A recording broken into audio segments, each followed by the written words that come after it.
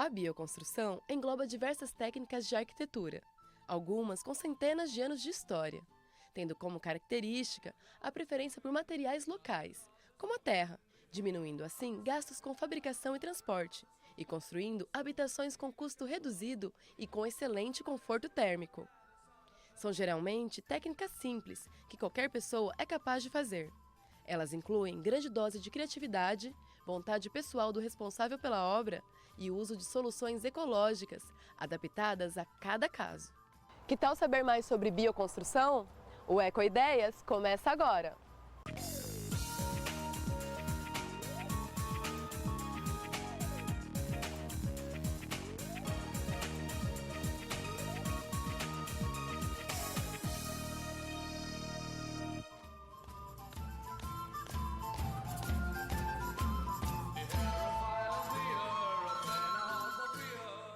O arquiteto Lucas Lotufo nos conta um pouco da sua experiência em bioconstrução e também nos mostra o sítio Beira Serra, em Botucatu, uma ecovila familiar guiada pelos princípios da permacultura. Lucas, como que nasceu seu interesse pela bioconstrução? Bom, Patrícia, acho que o interesse surgiu muito da realidade que eu tenho aqui de vida no sítio Beira Serra, né? Assim, as dificuldades que a gente enfrentou e vendo como é a maneira convencional de tratar a terra, de tratar as pessoas. Acho que esse desafio de cuidar melhor da terra é que gerou esse interesse na permacultura e bioarquitetura de uma forma geral, assim.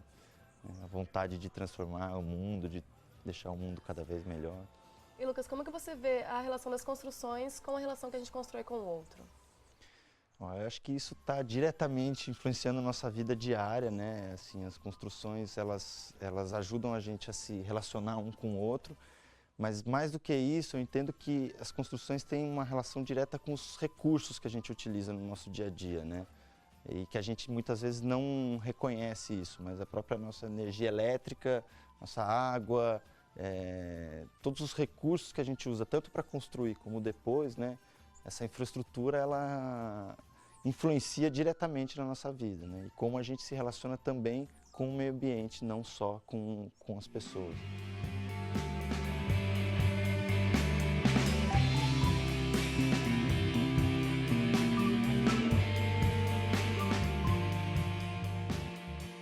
E a gente vê, né, que você atua com a permacultura.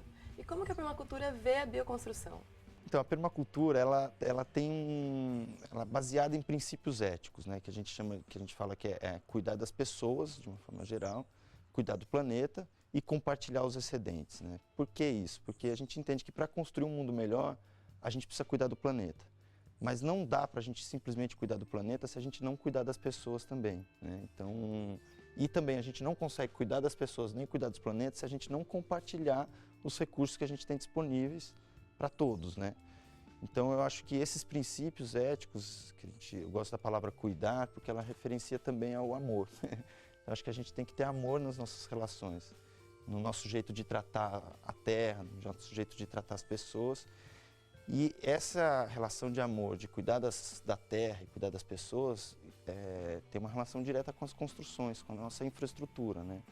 Então a gente procura, dentro da visão da permacultura, construções, edificações que sejam mais autônomas, que minimizam os impactos ambientais, que favorecem as relações de amor entre as pessoas, né? Eu acho que essa palavra amor, ela significa muito pra gente, assim, né?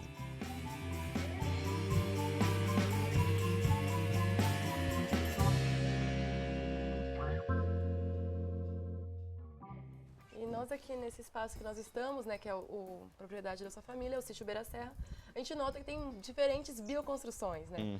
Eu gostaria que você compartilhasse conosco o que foi feito aqui. Eu vou citar o exemplo dessa casa que a gente está construindo aqui, que é uma das várias experiências que a gente tem no sítio, né? Onde a gente está procurando resgatar, eu diria resgatar um pouco das técnicas tradicionais. Muita gente chama de técnicas alternativas, mas a gente entende que são técnicas tradicionais. Na realidade, a gente está resgatando esse conhecimento que foi perdido, né? E usando material local, o máximo possível de material que a gente tem aqui. E assim, o material que é mais abundante no planeta Terra e que está disponível para todos é a terra. Então por isso a gente utiliza, a gente pode ver aqui um monte de tijolo secando, né, que é o tijolo de adobe, onde a gente vai fazer as paredes e tal. E assim, é até um pouco difícil, tem muita coisa para falar, mas todos os materiais que a gente utilizou aqui foram bem próximos. Mesmo que a gente tenha comprado, a gente utilizou aqui. Então a pedra mesmo, que é um recurso bem local, a gente utilizou na base, na fundação da casa, né? O madeiramento é todo um madeiramento de reflorestamento, feito também por uma empresa local aqui, que ajuda a gente, que é de certa forma um pouco parceira nossa. E fora isso a terra, né? A terra que não tem como a gente não valorizar isso. Então a gente, percebendo um pouco as características de cada material, a gente consegue compor um sistema melhor, né? E a gente vê que existem aqui diferentes casas também, né? As casas da sua família, que são construídas de diferentes materiais também. Como que foram realizadas essas construções? Então, cada casa é uma história, né? Porque é um morador, é um financiador também. Então, em alguns casos, eles não queriam muito inovar no material, né? Por exemplo, eu tenho um tio que é arquiteto também e que trabalha com sistemas estruturais. Então, boa parte aqui das construções tem um sistema estrutural um pouco diferente, que procura valorizar mais o material, mesmo usando tecnologias modernas, não usando isso de forma vulgar, a gente diria, né? Que não é otimizando o máximo possível o uso desses materiais, como cimento, ferro, o próprio tijolo. Então, vocês têm aqui também tratamento de esgoto e banheiro seco. Também, porque a gente entende que não são pura e simplesmente a construção, ela jamais vai ser sustentável, porque assim, a gente tem dois aspectos, dois olhares para a construção. Um é o impacto que ela cria na execução, os recursos que ela utiliza para ser construída, né? Então isso gera um impacto muito grande no ambiente, a gente procura minimizar isso o máximo possível. E outro impacto que a construção gera é no pós-obra, né? No dia a dia. Então, se a gente continua jogando esgoto no rio, essa casa não vai ser sustentável, né? Então, dentro desse aspecto que é o conceito da permacultura de uma forma geral, né? A gente procura o máximo possível deixar essa casa autônoma, sem gerar impacto no ambiente. Então, a gente tem algumas experiências com tratamento de esgoto, né? A gente com captação e armazenamento de água da chuva, manejo do ambiente, da floresta de uma forma geral, né?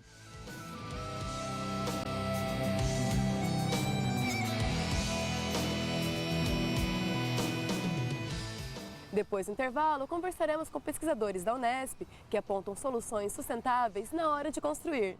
O Ecoideias volta já!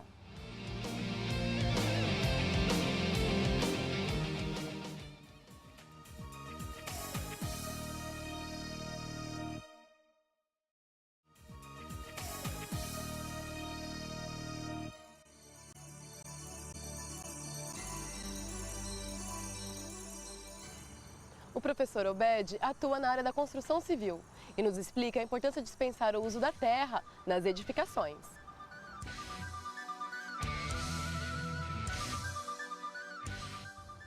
Professor Obed, como é possível manter a terra para a construção, né? Utilizar a terra como material de construção e também para a produção agrícola?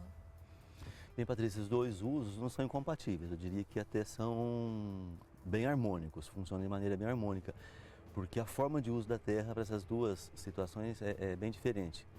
Para a agricultura, a terra é usada como substrato, a base para a plantação se desenvolver, e a plantação precisa extrair água e nutrientes da terra. À medida que essas substâncias vão sendo esgotadas, basta repor. Ou seja, a planta não consome de fato a terra. Para a construção, usar a terra como material de construção pode parecer que a terra é consumida, mas de fato também não é consumida, apenas ela é transportada, mudada de lugar, a terra vai ficar intacta dentro da parede enquanto a construção existir. Terminou a vida útil da construção, vai demolir a casa, a terra volta a ser incorporada à natureza com todas as suas propriedades químicas. Então ela não se perde, ela apenas se transforma por um Não se determinado perde, momento. se transforma e é utilizada por um determinado momento. E a quantidade também não é exageradamente grande.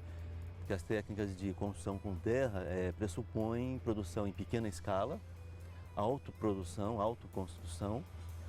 E só para você ter uma ideia, uma casa de 70 metros quadrados, com 3 dormitórios, uma casa básica, consumiria em torno de 25 metros cúbicos de terra. Não é uma quantidade absurda, não?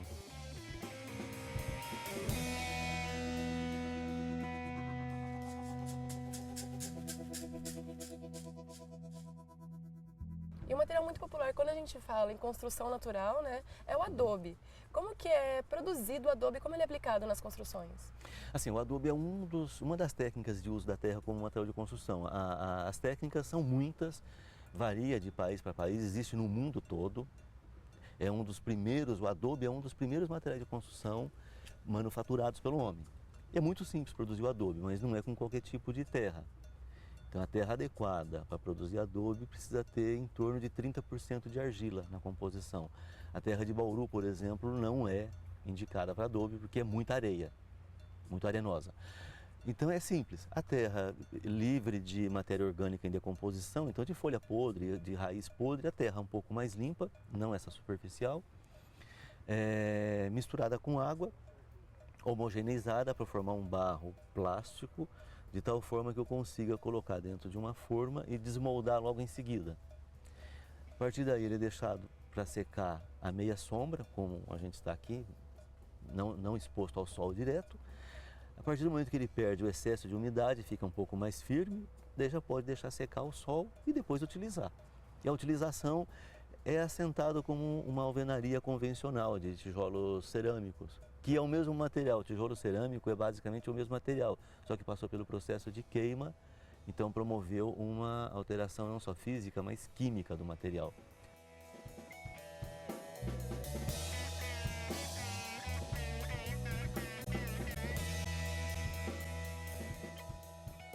Professor, porque a sustentabilidade ainda é muito pouco pensada na hora de se fazer a construção civil. Existe uma cultura do desperdício no Brasil em relação à construção? Eu diria que ela até que é muito pensada, mas é pouco colocada em prática. Se fala muito atualmente em sustentabilidade, desenvolvimento sustentável, construção verde, etc., mas muitas vezes a palavra sustentabilidade, desenvolvimento sustentável, arquitetura sustentável, esses termos todos são usados apenas com interesse comercial, econômico, estratégia de marketing, mas nem tudo está perdido, né? Eu digo que ainda há esperança, porque mesmo esse desperdício na construção que é tradicional no Brasil, podemos dizer que é tradicional, essa situação está mudando. Cada vez mais a gente vê as construtoras, não só grandes construtoras, mas as construtoras em geral, pensando mais, investindo mais na gestão da construção civil. No planejamento, no né? planejamento, inclusive na capacitação de mão de obra, justamente para reduzir o desperdício.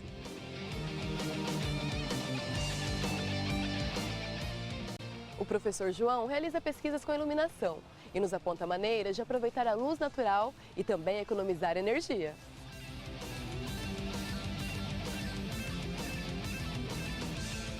A iluminação natural, ela nasce junto com a construção. Então, dependendo da forma como se fazem as aberturas, janelas, portas, a orientação que se dá, a proteção contra a insolação em excesso, isso tudo vai condicionar a forma como se aproveita a luz do dia. Agora, se a construção já existe e essa captação da luz do dia não é suficiente, não é adequada, aí só com alguma reforma que vai depender do caso a caso. Então, ou uma ampliação de janela, ou uma abertura de janela em outro lugar. E existe uma série de estudos no exterior mostrando que as pessoas se sentem mais felizes, uma produtividade maior, com humor melhor, autoestima melhor, quando trabalham em lugares com iluminação natural.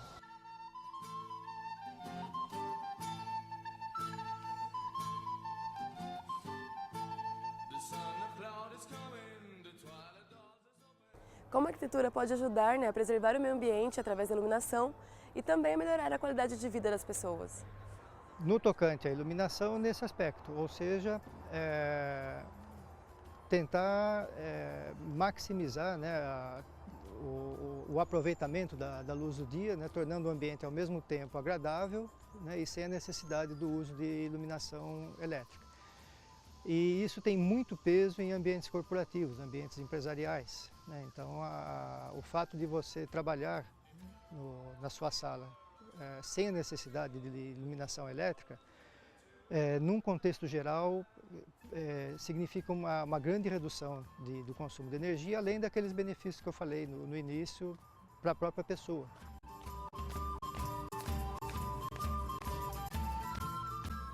Depois do intervalo, iremos conhecer um sítio muito especial, onde as construções são feitas buscando a harmonia do ser humano com o meio ambiente. O Ecoideias volta já!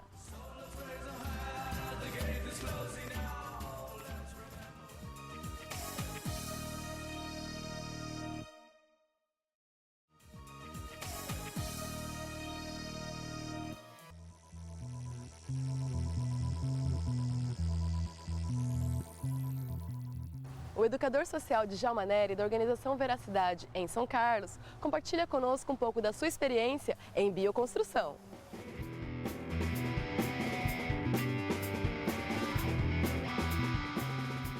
Djalma, qual a diferença da bioconstrução para uma construção convencional? Para responder essa pergunta, eu acho muito importante voltar um pouco para o sentido da palavra bioconstrução, né? Porque na prática ele existe muito antes da construção convencional.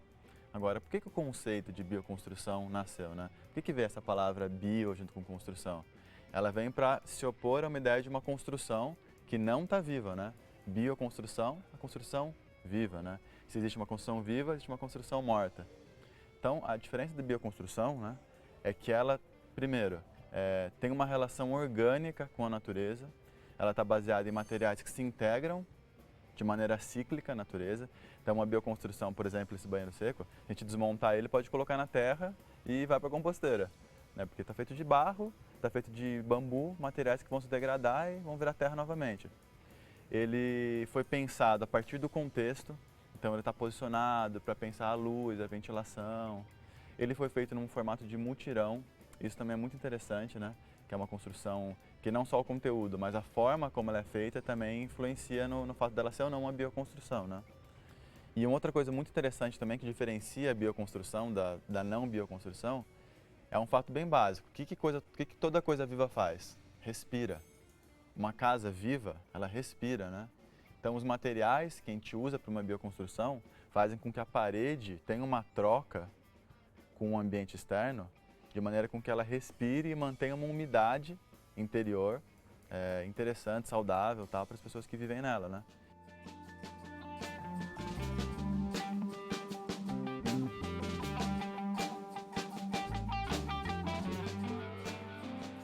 Quais são os materiais normalmente utilizados na bioconstrução e quais os benefícios da aplicação desses materiais? Isso é muito interessante porque não existe uma fórmula pronta para definir a melhor bioconstrução em termos de materiais, porque ela parte justamente do contexto. Então você tem que primeiro analisar o seu entorno, né? O entulho, por exemplo, ou o próprio cimento, ele pode ser agregado como um elemento bioconstrutivo, desde que ele seja um resíduo local que está sendo desperdiçado e que possa ser integrado à construção de uma maneira produtiva e que vai gerar um resultado final interessante. Então, o primeiro passo para a escolha dos materiais na bioconstrução é analisar o seu contexto, olhar em torno o que tem abundante, o que tem fácil, o que tem de bom para se utilizar numa casa, né? Uma casa, por exemplo, construída de terra, costuma ter paredes mais largas, mais grossas, que vai manter uma temperatura mais quente no inverno e mais fria no verão. Então, isso é um benefício para o morador, né? E a durabilidade também. Essa é uma coisa muito interessante, né? Porque a gente tem uma ideia invertida de que pelo material ser orgânico, a durabilidade da casa vai ser menor. Você vê uma casa bioconstruída, ela tem uma aparência mais rústica e as pessoas podem imaginar que ela vai durar menos. Mas isso é uma inverdade. Então você tem casa de séculos, milênios, construções com pedra, construções com terra, que até hoje estão em pé, e casas que foram construídas no modelo convencional estão desabando, estão caindo, muito mais do que as casas mais antigas.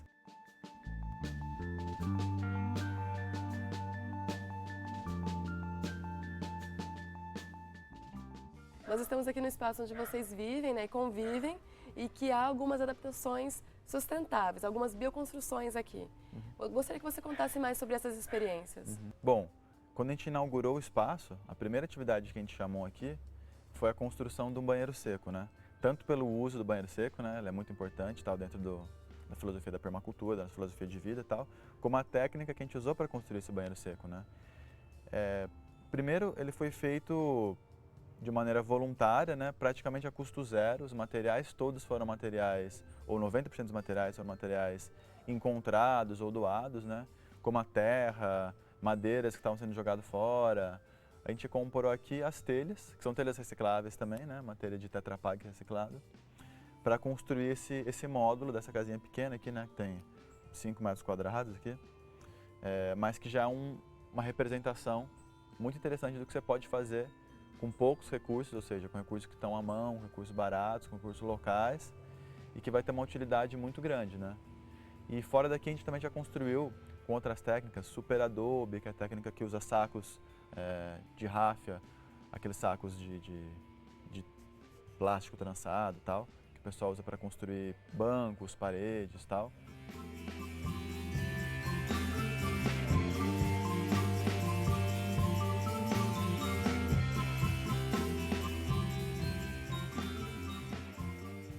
É possível fazer adaptações bioconstrutivas em uma construção convencional? É possível, e é muito interessante fazer isso, porque quando você faz isso, você começa a ver sua relação com a casa, né? Normalmente a gente não tem uma relação muito próxima, a gente é alienado da casa que a gente mora. Você não mora numa casa que você não sabe construir, não sabe como foi construída. Quando você começa a bioconstruir dentro da sua casa convencional, você começa a ter uma relação muito mais orgânica com o espaço de moradia. Você começa a entender o funcionamento. E esse que é um dos grandes triunfos da bioconstrução, né? De trazer as pessoas mais próximas da vida material delas, né? Delas se tornarem autônomas. Então você pode, por exemplo, aplicar uma tinta feita à base de terra na sua casa, mesmo que ela seja convencional. Você pode construir bancos, né, com várias técnicas construtivas, como cob ou super adobe. Você pode criar anexos da sua casa a partir de madeira de demolição ou pau a pique. O limite é a sua criatividade. Telhado também. Um telhado. Então a bioconstrução ela coloca a sua criatividade como limite de realização, ou seja, dá para fazer muita coisa.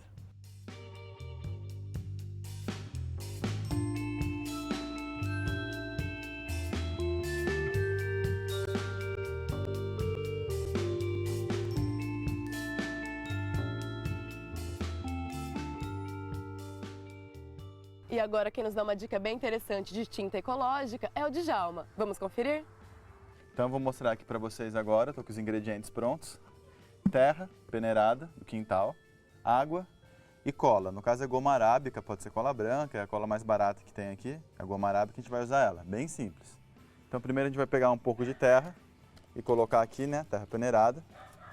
Aí depois eu vou começar a colocar um pouquinho de água.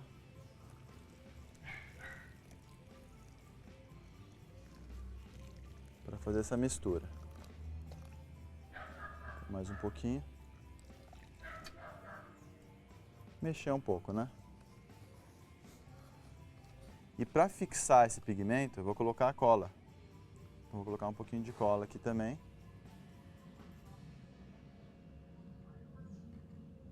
Que é para fixar a pigmentação da terra na água. Olha aqui a coloração que ficou, ó.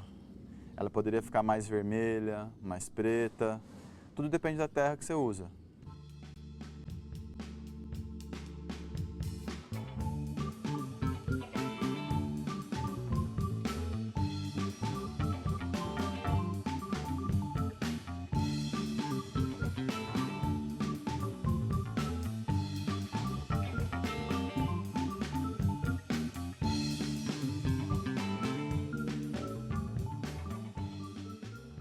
Com essa dica, o Ecoideias fica por aqui. E para saber mais sobre ecologia, acesse o nosso site www.tv.unesp.br/ecoideias. Até o nosso próximo programa!